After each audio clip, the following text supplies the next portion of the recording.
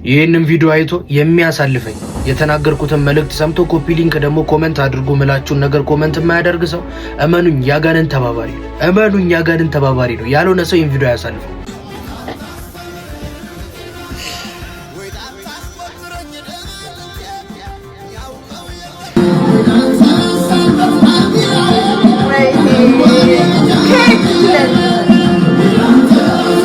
አጋንንት ዳስጣል የሚል ሙዚቃ በልጁ አውጥቶ ሰጣቸውና ህይወታቸው ላይ የሞት ዳስጣለባቸው። ይኸውልህ መልእክቴን ስትሰማኝ ደረትን ነፍተ ኩራት እየተሰማህ እኔ ብለህ ጀምር ኮሜንቱን።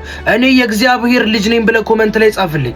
በዚህ ዘመን በጣም ያስገርማል። ሰዎች ዘፈን ኃጢአት ነው ኃጢአት አይደለም ብለው በሚከራከሩበት ሰዓት እኔ አንድ ነገር ልንገራችሁ። ዘፈን ኃጢአት ብቻ አይደለም፣ ከኃጢአትም አልፎ ዘፈኑን የሚያስወጣውና ዘፈኑን የሚያሰራው የበላይ አካል የዘፈን የሆነው የሰይጣን ዘፈን የሚሰሙ ሰዎች ደግሞ ዘፈኑን በመስማታቸው የዛ ሰይጣን ፈረስ ይሆኑና በሰሙት በጆሮአቸው ባስገቡት ነገር ምክንያት ሰይጣን እነሱን ፈረስ አድርጎ ይጋልባቸዋል። ዘፈን የሚሰሙ ሰዎች የሰይጣን ፈረሶች ናቸው የሚጋልቡለት። ፈረስ ወዴት እንደሚሄድ አያውቅም፣ ወደዚህ ሙሰደኝ ብሎ አያውቅም። ግን እላዩ ላይ የተቀመጠበት የሚጋልበው የሚመራው ያ ሰው የፈለገበት ቦታ ይወስዷል። ዘፈንም የሚሰሙ ሰዎች የሚያዳምጡት ሙዚቃ የስሜት አይነታቸውን ቀይሮ የሚፈልገውን አይነት ሰው ያደርጋቸዋል። ለምሳሌ ምንም አይነት የፍቅር ህይወት ውስጥ ያልሆኑ ምንም አይነት ሪሌሽንሺፕ በሰዓቱ የሌላቸው ሰዎች የፍቅር ዘፈን ሲሰሙ ያፈቅራሉ። የሆነችን ልጅ እንዳፈቀሩ ይሰማቸዋል፣ የፍቅር ስሜት ይሰማቸዋል። ደግሞ ሌላ የስብራት የመጎዳት ዘፈን የሚሰሙ ሰዎች ጥሩ ህይወት ውስጥ የሚኖሩ ሰዎች ሊሆኑ ይችላሉ። በዛ ሰዓት ግን